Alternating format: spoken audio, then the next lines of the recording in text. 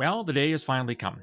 The decision in a horrific attack a couple years ago in Toronto in April of 2018, I believe it was, where an individual called Alek Minassian drove his van down Yonge Street, which is a very busy boulevard in Toronto. He struck several people. I believe he killed 10, wounded another dozen and a half or so. The judge brought down a ruling today. And just to sort of back up a little bit, when the attack happened, Alek Minassian, who was the culprit, put a Facebook posting out just minutes before saying that the Incel rebellion has begun. Hail Elliot Rogers. Elliot Rogers was this wanker in California who wrote this big manifesto about incels, involuntary celibates, killed a few people before, I believe, killing himself, or he was killed with police. I forget now what. And everyone said, oh, this is the start of incel terrorism in Canada, or incel terrorism. And it has to be a priority for CSIS and the RCMP and law enforcement, yada, yada, yada. And I pushed back on several counts, which I'll get to in a second. The defense claimed that because Mr. Minassian was on the autism spectrum disorder, that he could be found not criminally responsible. And a lot of autism support groups were very nervous about this decision because they felt that if, in fact, this defense succeeded, that it would taint autism for many people who think that it's different, and it would basically lead some to believe that people who are autistic are somehow more prone to violence. In the end, the judge ruled that the defense had failed to show that Mr. Minassian was incapable of distinguishing right from wrong. And the judge found Minassian guilty on all 26 counts. So the deaths he caused, as well as the injuries, some of which were horrific. And I just read the judge's decision, and some people had to have their legs amputated after being struck by the van on Yonge Street in Toronto in April of that year. This is where it gets really interesting. And I want to read to you from the decision that the judge made, just because it's really important what I'm going to say here. The judge was just talking about motivation. So why did Minassian do this? So the consensus was that he was an incel, involuntary celibate. He hated women, and he wanted to kill women because they wouldn't have sex with him. Here's what the judge said, and it's a paragraph, so take me a second. What then was his motivation? I am drawn to the conclusion that there was no one clear motivator. He was profoundly lonely and felt hopeless. He saw nothing in his future but failure, both in social relationships and work. He wanted to be seen. He wanted to be known and talked about. He saw no way to accomplish that except through a spectacular act of violence. He'd been musing about mass murder for years to varying degrees. Convinced that he was about to fail in his first real job and live a life of obscurity and dependence, he decided instead to achieve fame and notoriety, even if it meant dying in the process. I am sure that resentment towards women who were never interested in him was a factor in his attack, but not the driving factor. Instead, as he told every assessor, he piggybacked on the incel movement to ratchet up his own notoriety. What does that mean? Alek Minassian was not an incel. I've been saying that since day one, that there was something wonky about this case. What was wonky about it? The fact that there was one Facebook posting. One. That indicated his interest in the incel. And that was posted seconds before he gets in the van and starts running over people. As I said to you a couple years ago, had you come to me as an intelligence analyst and say, hey, Phil, we got this piece of intel. It's really important. And it's 4 lines or 4 words in a Facebook posting. And we're gonna create a case based on this. I would have told you, go back and find more corroborating evidence, more corroborating intelligence. Anyone who makes a case based on one Facebook posting should be fired.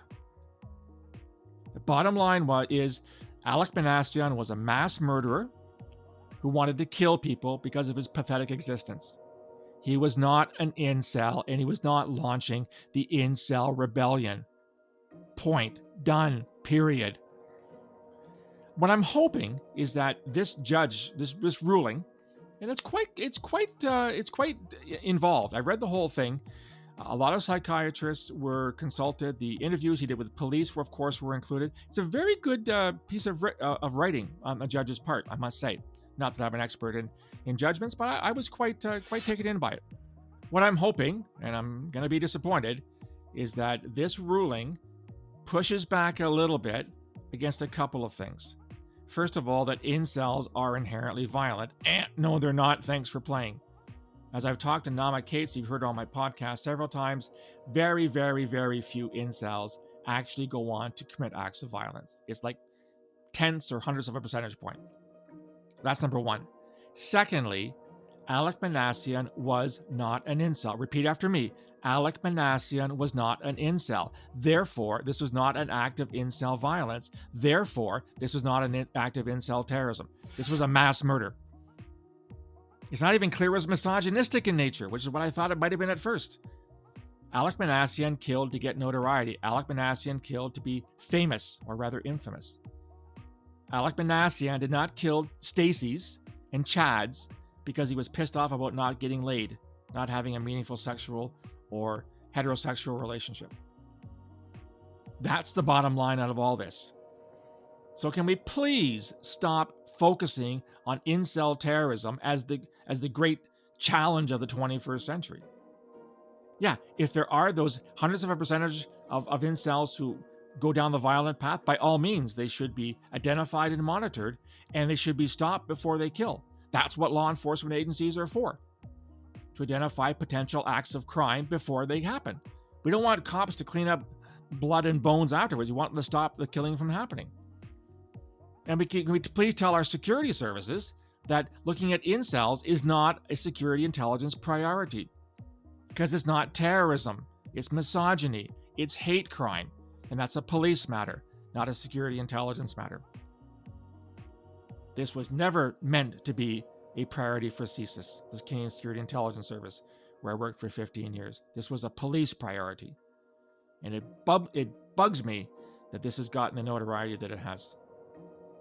So, Alek Minassian, at the end of the day, was not a terrorist, and he was not an incel. He was a mass murderer, pure and simple, like all the other mass murderers out there.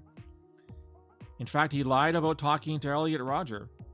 And the other guy, was it Chris Mercer? The court found that his allegations, he spoke to both of them, were bullshit. And he made up other lies in his testimony as well. And one of the lies was about starting the Incel rebellion. Judgment's out. I'm not sure what people are going to say about it. It looks pretty crystal clear to me that the whole Incel angle was a red herring from the beginning. I hate to say I told you so, but I told you so 3 years ago. Anyhow, that's my view on things.